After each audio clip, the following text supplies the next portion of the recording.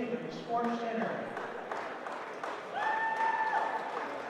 First, we would like to honor 8 senior members of the McKendree University Bearcats. As we introduce each senior and their parents, as they will move across a straight line all the way across the middle of the gym. First of all, Adam Alex. Adam is from Troy, Illinois, majoring in mathematics. He is the son of Gordon and Cynthia Alex. He is welcomed in by his director at this time. Tyler Holdinger. Tyler is from Mascouda, a major in economics, finance, and management. He is the son of Tom and Kathy Holdinger. Katie Newman. Katie is from Aurora, Illinois, majoring in instrumental music education. She is the daughter of Richard and Paula Newman. Jonathan Rose. Jonathan is from Highland, Illinois, major history. He is the son of John and Kimberly Rose. Shannon Stripe. Shannon is from Louisville, Illinois, major of music business. She is the daughter of Brian and Brenda Stripe. Next, we would like to honor senior members of the McKendree University dance team. Amy Hyland. Amy is from Johnson City, Illinois, majoring in elementary education. She is the daughter of John and Carol Hyland. Kimberly Seidel. Kimberly is from Delaware. Her major is speech communication, with emphasis in public relations and a minor in marketing. She is the daughter of Tom and Karen Sindel. And now, finally, we would introduce senior members of the McKendree University cheerleading squad. Sherry Davis. Cherie Davis. Cherie is from East St. Louis. Her major is sociology with an emphasis in criminal justice. She is the daughter of Giovanna and Billy Gillian. Jessica Hunt. Jessica is from Troy. Her major is marketing. She is the daughter of Bob and Ruth Abernathy. Clarissa Jennings. Clarissa is from Belleville. Her major in physical education with a minor in health and coaching. She is the daughter of William and Kim Jennings. Whitney Jones. Whitney is from East St. Louis. Has a major in marketing management. She is the daughter of Rhonda Jones. And now, ladies and gentlemen, it's time to meet the McKendree University men's Bearcat basketball class of 2009-2010.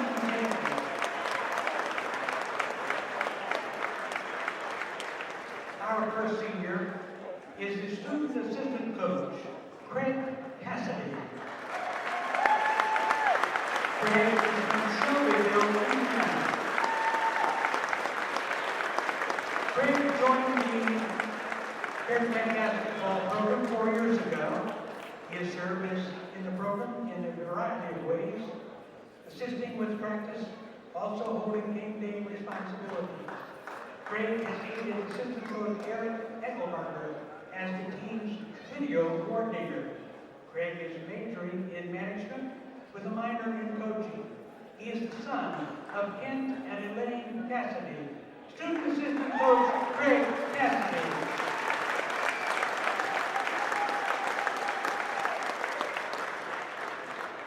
and our lone senior player from the 2009-2010 season, number 52,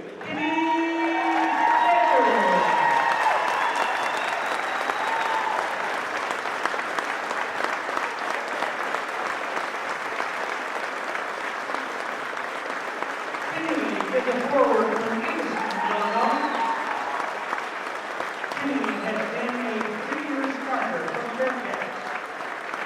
He has helped to lead the team to 3 consecutive appearances in the NAIA Division I Men's Basketball National Championships in Kansas City. On the court, Kenny has played in 97 games. He has scored 962 points and has an average of 9.9, along with 6.7 rebounds per contest.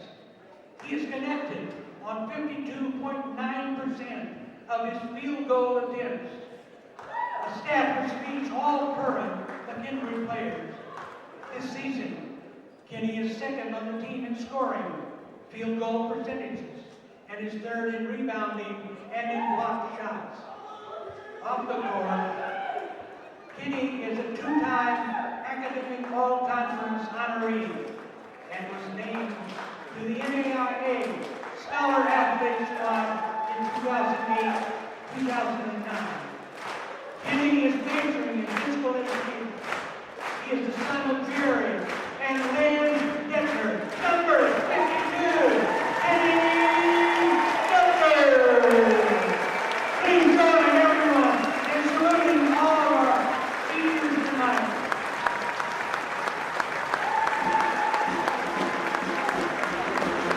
Seniors, turn around and face the other.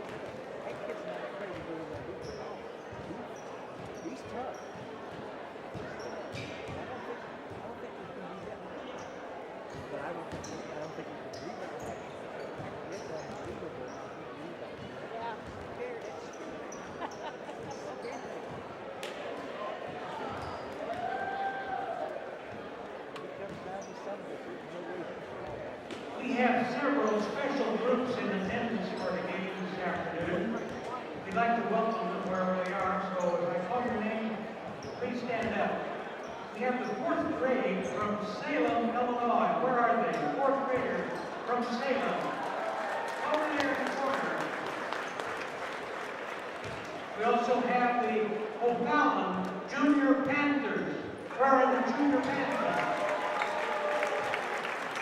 Behind us up here.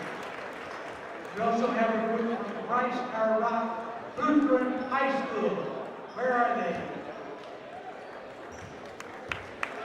Also behind us.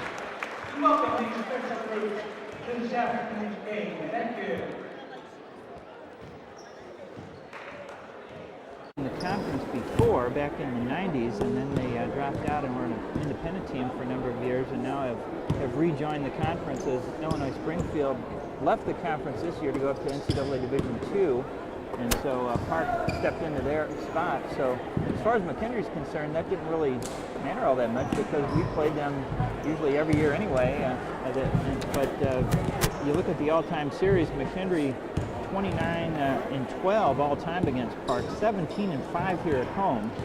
But that's deceptive because a lot of those games I've seen, the majority of those games, there's been a lot of close ones. And there's been a number of times when McKendree has gone out to Parkville, Missouri, they're up and down and had a better team than lost to Park. So I'm not taking it for granted. Most of the teams are ready to play. It's unfortunate for Park, their best player is Rogers, but they're still not a team.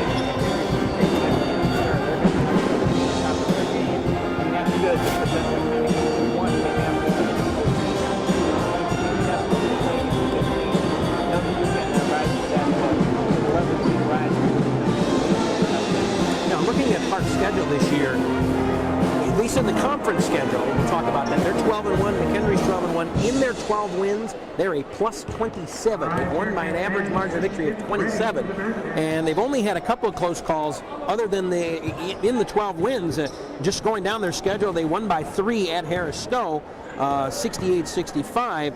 But other than that, it's been 18 or better in all their games. And of course, the loss at home to the Bearcats.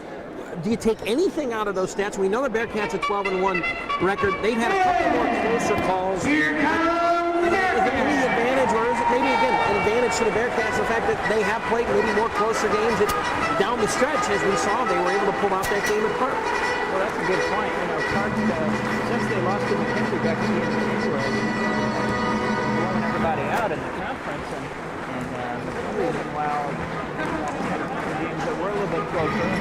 So it just remains to be seen. We don't know what's going to transpire in this game. If it comes down to the final couple of possessions, McKendree, I think, has more experience in those type of games this year. That might, including the last one against Harris Stowe, where we hit a 3-point with the rest of the team. So for us, that will be a little bit of an advantage. But again, I think these two teams on paper, with Rogers out of the picture, McKendree's got a slight advantage there, but they also have another advantage of playing on court. Sometimes that works against you. Sometimes you get so fired up, and especially like on senior day, you come out and lay an egg. I saw Al Fallon Panthers do that recently on 25-2 in State. They got blown out on senior day by a Bubba West team that they beat on the road fairly easily earlier in the season. So, you know, there's not a lot that separates teams at this level anymore. You know, we're talking about 222 teams here, and so it really comes down to being able to do things the way they'd like to do them, and not allowing the other teams to dictate the start. So we'll give you the starting lineups here. First for the Bearcats. We'll start with them.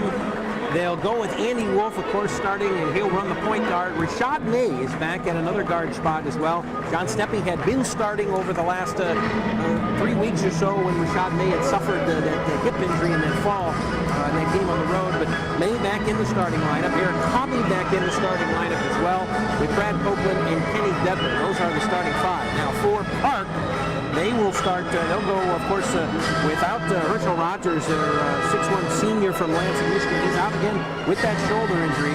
Goldang Gang will start at one of the guards, 6'2 junior from Stone Mountain, Georgia. Derek Howard at the other, 6'1 junior from Alexandria, Louisiana. Terrell Dyer, he's another guard. They're going to go 3-guard set today as well.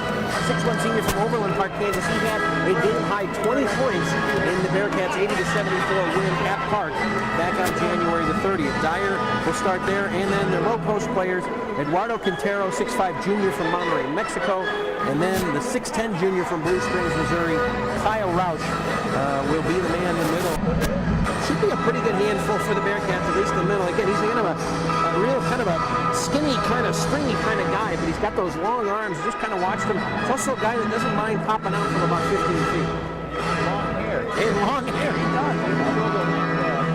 Going on, which you don't see too often in the basketball court. And the American Midwest Conference and the NAIA welcome you. So let's take a 60-second timeout, one more 60-second break, then we'll have the opening tip of this afternoon's game between the Bearcats and the Pirates of Park University. This is McKendree Athletics on Team 1380. Encourages its athletes and coaches to be positive role models. And we ask Hey Dave, we're about to go into the anthem here, so have an extra 30-second spot standing by just in case. In this afternoon's contest. Thanks, man. Thank you. While you remain standing, would you face the American flag?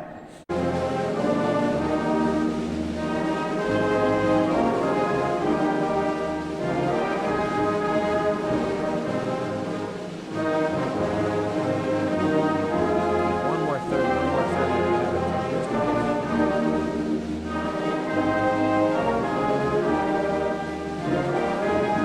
After this spot, I think the 130 will be good, just in case.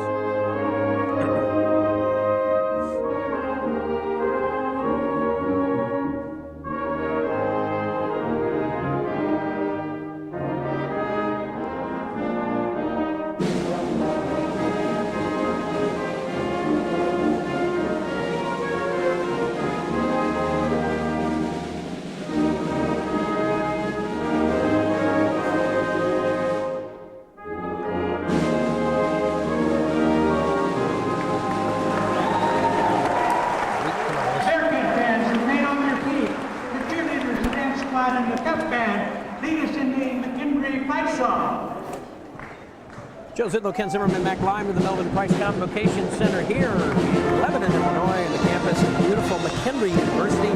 This is McKendree men's basketball. We are on the air here on Team 1380 and on the World Wide Web, team1380.net. For those of you listening, the game is just starting. Don't adjust your internet connection or your radio tuner on Team 1380. The JV game would have been long. The women's game before this went long as well. And now we're just getting ready to start this game just shy of 10 minutes to 5 as we're announcing the starting lineup. So a little bit of a later start. It's also senior day as well, so a lot of things going on here on campus. And a big, of course, a big tilt here. The Bearcats and Park going for the regular season title and the #1 seed in next week's American Midwest Conference tournament. This will decide first place. 18 on the inside of the American Midwest Conference. From McKendree University. Home court advantage if you can get it. And congratulations to the women's team here at McKendree as they tied a school record today. Winning earlier this afternoon. They go to 25-5 on the season, and they will host the first round game next Wednesday here on campus. And they actually end up in first place tie, a three-way tie for first with Concord College and William Woods University. And all three of those teams split with each other. So there's a complicated tiebreaker situation that I think actually doesn't favor McKendree, but nevertheless a great season for them and their season. And a 6'10" junior, number 45, Kyle Rush. You know, this is what you play for when you're playing in college basketball. You want to be in games like this. You want to have the big crowd like we have here today. And now, you want to finish it out. your starters for the Bearcats. A junior, 6'1", number 22, co-captain, Andy Wolff. 6'2" junior, number 12, Rashad May. A junior, 6'6", number 24, Harry Hobby. Junior, 6'7", number 30, Brad Copeland.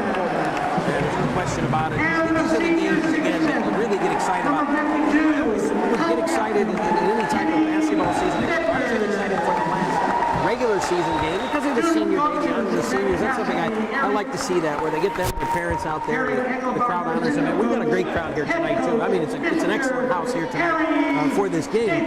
But also the fact that it's the final regular season game and you're getting into your postseason tournament. You're getting into the good stuff, the meat and potatoes now. You're getting into the real challenge where you separate the contenders from teams that maybe can't handle the pressure. And I'll tell you, one thing we've seen tonight, that we may see tonight again, is continually to see, hopefully, is the fact that, and one of the keys is get the balance right. I say that in the sense that McKendree's been so balanced, and that's been really an advantage for them this season. It has. They don't really rely on one player, and they won their games with Hobby on the DL with that ankle. So that is definitely an advantage for them, and they've got a lot of experience, even though they only have one senior on the team.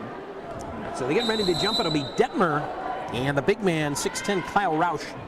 And Detmer swings and wins that one. Boy, tapped it strongly back to Andy Wolff, left side of the backcourt, and now he's in the front court. Bearcats win the toss.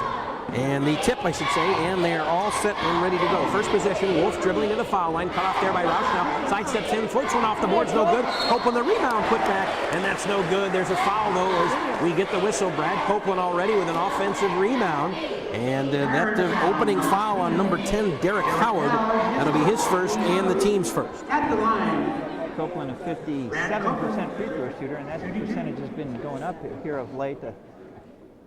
First free throw goes to Brad, and away from the ball, the officials weren't looking in that direction, but Golding Dang shoved Rashad May right into the Park bench, and unfortunately nobody saw it, but some pushing already going on in this game. We won't play 20 seconds. Should be an interesting matchup here again, as we see going the other way and taking it right to the holes. Terrell Dyer, who scores the first bucket, 2-1 now in favor of Park. They got some full court pressure now, full court man-to-man pressure now as Wolff trapped in the backcourt, gets it across to Detmer. Detmer now foul line for May, kicks it out left wing, three-pointer, Hobby, that's right through. Hobby for 3. get somebody on Eric Hobby. Hobby was hot from the outside Thursday night, coming back off that injury. Oh, dang, he pulls up just inside the three-point stripe right wing, and he buries a two of his own. And we are tied at 4, a minute into the game. Already, Wolff running quickly across the timeline. Right corner now for Copeland, over to May. Hands it back to Copeland, up top for Hobby. Hobby dribbles through traffic, down below, underneath the basket to Detmer, who score. Eddie Detmer with the lay-in. Excellent pass by Hobby, 6'4" Bearcats. Really good ball movement in the first couple of possessions for the Cats. Quickly, Park in their half-court set. Roush down in the post, left side, posting up Hobby. Pump fakes, look like he might have shuffled the feet, has to throw it back out to Dang. Well, Dang now will hand it off to Derek Howard. He puts 2 fingers in the air and he'll call the play. Left wing for Dyer. Dyer for Quintero. Eduardo Quintero now to Dang. Dang in the right wing, trying to dribble. Cut off there at the foul line, plays it over to Howard. Howard with 3 to shoot. Howard now having a drive in the lane. He's blocked there by Detmer, and it's taken down by May. May, one-on-one against the big man. May trying to take it in. He gets blocked, and it's off the leg of Roush and out of bounds. Well, Roush did a pretty nice job there getting back defensively against a much quicker Rashad May. The Bearcats left 31 to shoot when Wolff gets it in bounds. You're right, Roush with the long hair. He looks like almost like a 70s Olympic runner of some sort, you know? I mean, he just doesn't, just a really odd look, but man, I'll tell you what, it was impressive that he got back. I thought May was going to blow by him down there for a layup chance, and he got back and defended it well. Wolff in the paint now to Detmer. He's cut off there. Left wing corner now for Hobby. Hobby, foul line. Detmer pulls up, fires. It's too short. Long rebound now by Wolff. He puts the rebound back up. It's blocked there. I think Roush got a piece of it. Dyer the other way. Terrell Dyer in the paint. Pulls up, banks off the glass. It will rim in and out. And the rebound Hobby. Hobby will play for Wolff. Wolff will push it quickly across the timeline again. Down in the paint, Detmer, turn around, little flip shot, and that one no good, and he draws the foul on the big man. Kyle Roush will pick up his first, team second, and Kenny Detmer will go to the foul line for 2 shots. He's shooting at 68% on the season. Again, the lone senior on the team, 6'7". Been a 3-year starter. Did not attend McKendree as a freshman. And his free throw is good. It's 7-4 lead for the Cats.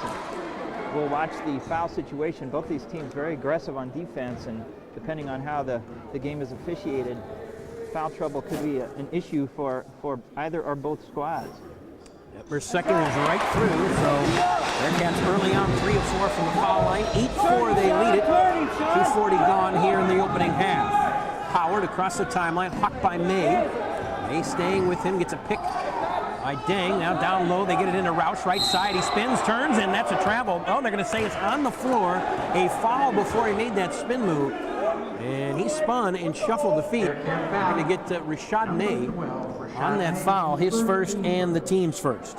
So May, that was not his, not the player he was guarding. He came over to help out, called for the reach in.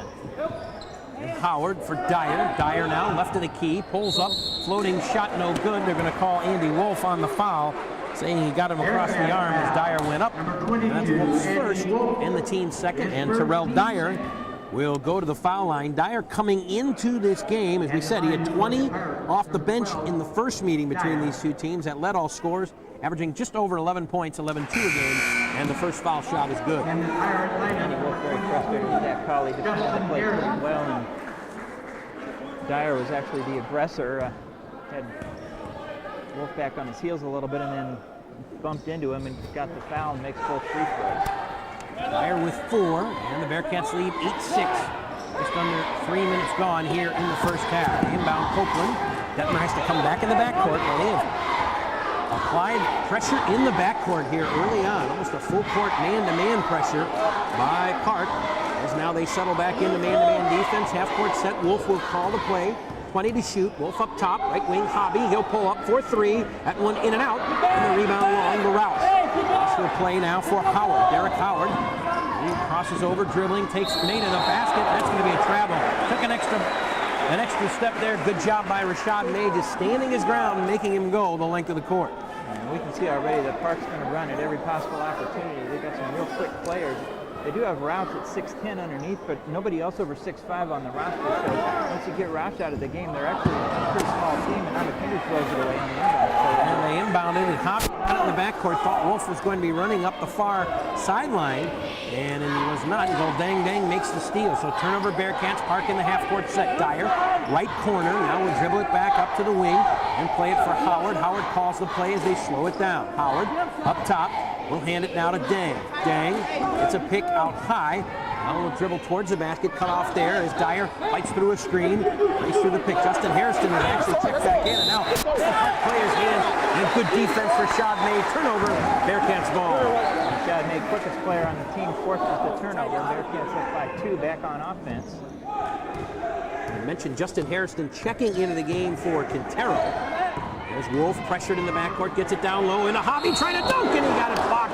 But there's a foul. Boy, Hobby went up. He saw the big man Roush and Justin Hairston were both there, and he said he was going to take it up there any way he could get it. And that's 2 on Kyle Roush. So that might have been something that the Bearcats wanted to do, is to get the big man in foul trouble. Lo and behold, he's got 2, and we're just over, not even 5 minutes into this first half. Hobby 77% at the line. He's the Bearcats' most proficient free throw shooter. And he knocked down the first one. And I noticed he was very careful about landing after he went up for that dunk. You know, his ankle's still not 100%. He's got a 40-inch vertical when he's 100%. He's probably maybe 36, 38 right now, but it's still pretty good. Yeah, it's still. He's got me by about 30 easily there. As he gets them both. Hobby with 5, and now Carrington Pettiford will check in for Andy Wolff. Pettiford, of course, the last home game last Saturday. I had a chance. I unfortunately missed that. Had the Mid-States High School Hockey semifinals of the Mid-States High School Championship, and Pettiford hitting a buzzer beater 3 to win the game last Saturday here, and you heard it on Team 1380. I'm jealous you and Scott got that call on that. Quite a finish for the Bearcats there. Helped them get to this point at 12-1. Of course, Park 12-1 as well. Dang in the half-court set had it knocked out of bounds. Right wing by Carrington Pettiford. 21 to shoot for Park, 10-6. Bearcats lead at 15:41 to play in the opening half. Going to be Dyer to inbound. Far corner underneath his basket. He plays it to Dang. Dang thought about a shot, but Pettiford right there with him. Dang will back it out. Play it back up top for Derek Howard. Howard, also play, May on him. Howard now to the wing. Plays it for Travis Fairley. Fairley just checked into the game. Now back down low. Fairley gets a give and go there from the top of the key from Dyer. And he scores, and that's Travis Fairley's first bucket. 10-8. Bearcats now Hobby trapped in the backcourt. He'll play it for Pettiford. Pettiford almost lost it in the half-court set. Tries to get it across. He lost the ball. Stolen away by Park. Dang. He'll play it now for Howard. Underneath the basket, thrown away. Detmer able to knock it away. So both teams are a little sloppy here, trying to, with some pressure, trying to force the issue a few times, and the Bearcats able to get that one back. Park trapping quite a bit. Coach David furious he didn't get a foul call there on the sidelines as they mugged Pettiford. Down low into Copeland. Copeland off the glass, no good, but he draws the whistle and a foul. When you've got a team that's as aggressive defensively as Park, you've got to attack them, and that's exactly what Copeland did there. He got to the line for the second time tonight. Again, Brad 57% at the line. So free throw is not the best facet of his game, but he is very aggressive on offense, and he's going to get some chances at the line. Copeland with a pair of free throws, 2 of 3 from the foul line. As Ken said, he'll get one more on this last one. Checking into the game is Philip Garnett, a 6'1" junior guard from Peru, Indiana. And also Tyler Price, 6-foot sophomore from Crawfordsville, Indiana. I've been to Crawfordsville, Indiana. Hey, turning, son, turning. 12-8 the lead now for the Bearcats. Park with the basketball and the possession in the half-court set. Garnett now will run the point. Lays it on the wing to Tyler Price. Price now to get it down low.